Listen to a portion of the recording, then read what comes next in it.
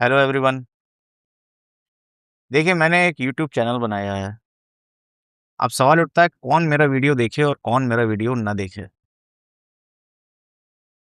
मैं एक एनालॉजी से इस बात को एक्सप्लेन करता हूँ। जैसे दवाएँ होती हैं, बहुत तरह की दवाएँ होती हैं। एक होती है पैरासिटामोल, आपको ओवर द काउंटर मिल जाती है, बिना किसी से पूछे। आपके बदन में दर्द है, थोड़ा बहुत ऊपर-नीचे है, सर्दी-जुकाम है, खा लीजिए और आप ठीक हो जाएँगे, ठीक है? फिर कुछ दवाएँ होती हैं, प्रिस्क्रिप्शन पे डॉक्टर के लिए जाते हैं, डॉक्टर ने आपके टेस्ट किए, बोला यार इसको ले लो, ठीक है? वो आप सप्लीमेंट्स ले सकते हैं, इस तरह की दवाएँ होती हैं। कुछ दवाएँ होती हैं बड़ी हाई ग्रेड एंटीबायोटिक्स होती हैं, बहुत हाई ग्रेड, उसके साइड इफ़ेक्ट्स भी होते हैं। उन दवाओं को देने से पहले उन दवाओं को देने से पहले डॉक्टर जो है, वो आपकी किडनी की जाँच करता है। कहीं ऐसा तो नहीं तुम्हारी किडनी कमज़ोर है, इतनी हाई एंटीबायोटिक्स को झेल पाए, हमारे लीवर की जाँच करता है। तो मैं वही हाई ग्रेड एंटीबायोटिक किसी भी ऐसे आदमी की ज़िंदगी, देखिए मेरे जो विचार हैं बड़े अतरंगी हैं, ओके? और किसी की भी ज़िंदगी अगर अच्छी चल रही है, उसकी लाइफ़ में कोई प्रॉब्लम नहीं है, तो उसको मेरे वीडियो नहीं देखने चाहिए। आप खुश रहिए, मैं ये चैनल जो बनाया हूँ, मेरी ऐसी कोई मंशा नहीं है कि मेरे 10 मिलियन सब्सक्राइबर हों, 1 मिलियन सब्सक्राइबर हों। भाई मैं वैसा ही बातें करता ही नहीं हूँ मासेस के लिए, ओके? मैं कभी ये नहीं बोलूँगा कि आप 20 साल, 22 साल के यंग लड़के हैं और आप मेरे वीडियोज़ को देखें, बिल्कुल मत देखें। कोई ज़रूरत नहीं है उन्हें देखने की। क्योंकि मेरी बातें समझने के लिए, जिस तरह की बात मैं बोल रहा हूँ, वो बातें समझने के लिए एक सर्टेन डिग्री ऑफ डिसइल्यूज़नमेंट चाहिए आपको अपनी ज़िंदगी में, ओके? डिसइल्यूज़नमेंट का क्या मतलब है?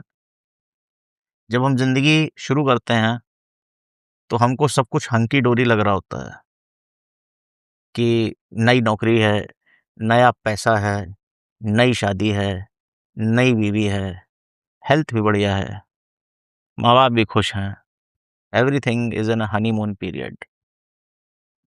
मगर जब हम ज़िंदगी में आगे बढ़ते हैं, तो हमें समझ में आता है कि यार जिस नौकरी को मैं समझता था कि बहुत बड़ा काम करूँगा, वहाँ पे कोई ऐसा ख़ास तो कुछ किया नहीं मैंने और ख़ास कुछ होता भी नहीं है। फिर आपको समझ में आएगा कि मैंने जो शादी करी थी, मैंने सोचा था 7 जन्मों के वो सब, तो आपको समझ में आएगा कि यार यहाँ पे तो वो सीन ही नहीं है। यहाँ पे तो ज़्यादातर सब कुछ ट्रांज़ैक्शनल ही है। आपके जो खुद के रिलेटिव्स हैं, वो भी आपको डिच कर देंगे, फ्रेंड्स भी डिच कर देंगे, तो आप एक सर्टेन लेवल ऑफ डिसइल्यूज़नमेंट होता है। जब आपको ये एहसास होता है कि यार मुझे जो सिखाया गया था, वो कहीं न कहीं काम नहीं कर रहा है। It is not working. और मुझे जो बोला गया था एक्चुअली उसकी उल्टी चीज़ काम कर रही है। ये डिस्कम्फ़र्ट आपके अंदर होना ज़रूरी है। तो मेरा एक सिंपल सा मानना है भाई, और ज़रूरी नहीं है कि ये डिसइल्यूज़नमेंट सबकी ज़िंदगी में आए। हो सकता है आपके जीवन में कभी भी ये डिसइल्यूज़नमेंट ना आए। नहीं आया तो बहुत बढ़िया बात है, ओके? इसीलिए मैं अपने वीडियोज़ किसी को कभी शेयर नहीं करता हूँ। सिर्फ़ एक बहुत लिमिटेड ऑडियंस के लिए होते हैं। मैं ऐसा मानता हूँ कि अगर अगर एल्गोरिदम ही यूट्यूब का एल्गोरिदम ही मेरे वीडियो को उस तरह के आदमी तक पहुँचा दे, जिसको इसकी ज़रूरत है, देन इट्स फाइन। मगर मैं अपनी तरफ से किसी 22 साल के लड़के को ये कभी शेयर नहीं करता हूँ कि भाई तुम मेरे वीडियो देखो और ज़िंदगी के बारे में कुछ सीखो, नहीं, उसका अपना पेस है ज़िंदगी के बारे में सीखने का। एक 22 साल का लड़का अगर मेरे वीडियोज़ देखेगा, तो हो सकता है वो उसको एडवर्सली इम्पैक्ट करें, ठीक है? ये बिल्कुल वही जो मैंने शुरुआत में एंटीबायोटिक वाली एनालॉजी ड्रॉ करी थी। आप बेवजह इतनी हाई ग्रेड एंटीबायोटिक्स नहीं खा सकते, जब तक आपके सामने कोई बीमारी नहीं है। आपको उसकी ज़रूरत नहीं है, तब तक कोई रीज़न नहीं है एक इतनी भारी भरकम एंटीबायोटिक लेने का। ज़िंदगी को एन्जॉय करिए। आपका जीवन अच्छे से चल रहा है, आपको प्रेम मिल रहा है, सुख मिल रहा है, अपने अगल-बगल वालों से खूब बढ़िया तरीके से एन्जॉय करिए। हो सकता है आपको इस तरह के वीडियोज़ की ज़रूरत कभी पड़े ही ना, ओके? Very good. नहीं पड़ी तो नहीं पड़ी, बहुत अच्छी बात है। तो मेरा ये कहना है कि मैं कभी भी मास ऑडियंस के लिए मेरा कंटेंट है ही नहीं। कभी मास ऑडियंस के लिए नहीं है, हो भी नहीं सकता है। तो मुझे ऐसा लगता है कि ये बस ये 1-2 लोगों ने मेरे से बात कही कि मैं कभी भी ट्रेंड को चेज़ नहीं करता हूँ, नेवर। ट्रेंड में क्या चल रहा है, नहीं।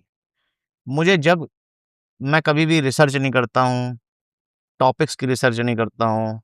मेरे मन में जब जैसे भाव आते हैं, मैं बस उसको अनएडिटेड वैसा ही बोल देता हूँ, ओके? और इस बात की पूरी कोशिश करता हूँ कि मेरी बातें सुन के किसी का नुकसान ना हो। बट द पॉइंट इज़ कि जैसा मैंने बोला कि मेरी मेरी जो मेरा जो कंटेंट है, it is not for everyone, not for everyone. तो मैं इसलिए कोई टैग भी नहीं लगाता हूँ अपने वीडियोज़ में, नथिंग। एक भी टैग नहीं लगाता हूँ कि हैशटैग दिस। मुझे लगता है कि जिसको मिलना होगा भगवान की दया से मिल जाएगा।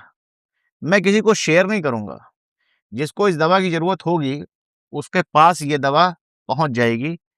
तो ये कुछ रूल्स हैं जो मैं फ़ॉलो करता हूँ। और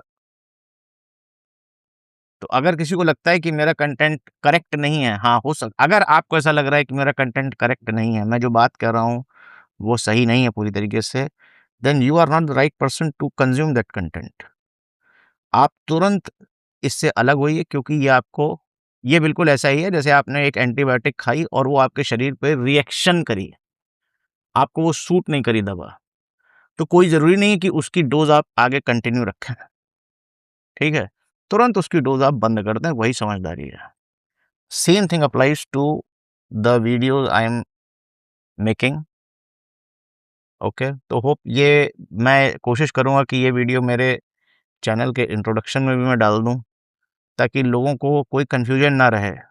मैं कभी भी ये नहीं चाहूँगा कि किसी का मेरी बातें सुन के अहित हुआ, बिल्कुल नहीं। सबके जीवन की अपनी-अपनी ज़िंदगी है, ना मैं सही कह रहा हूँ, ना मैं गलत कह रहा हूँ, ठीक है? हो सकता है किसी के जीवन में मेरी बात बड़ी महत्वपूर्ण साबित हो और उसके लिए राइट साबित हो, उसको फ़ायदा करे। हो सकता है किसी के लिए रिएक्शन करे तो उसकी ज़िंदगी नरक हो जाए, ठीक है? तो ये डिस्क्लेमर मैंने पहले ही दे दिया है। And only the right person should watch my video. और एक ट्रिक और बता देता हूँ कि आप राइट पर्सन हैं या नहीं हैं, ये कैसे वो होगा। देखिए, एक बात समझिए, अगर आपको मेरा वीडियो सुन के ऐसा लग रहा है कि उसके अपोज़िट बहुत सारे विचार आ रहे हैं, कि नहीं, ये तो बकचोदी है, ये गलत है, ये सही बात नहीं है, इसका मतलब you are not the right person. तो आप तुरंत उसको मत देखिए, वो आपके लिए नहीं है, हो सकता है वो किसी और के लिए हो। It is not for you, okay?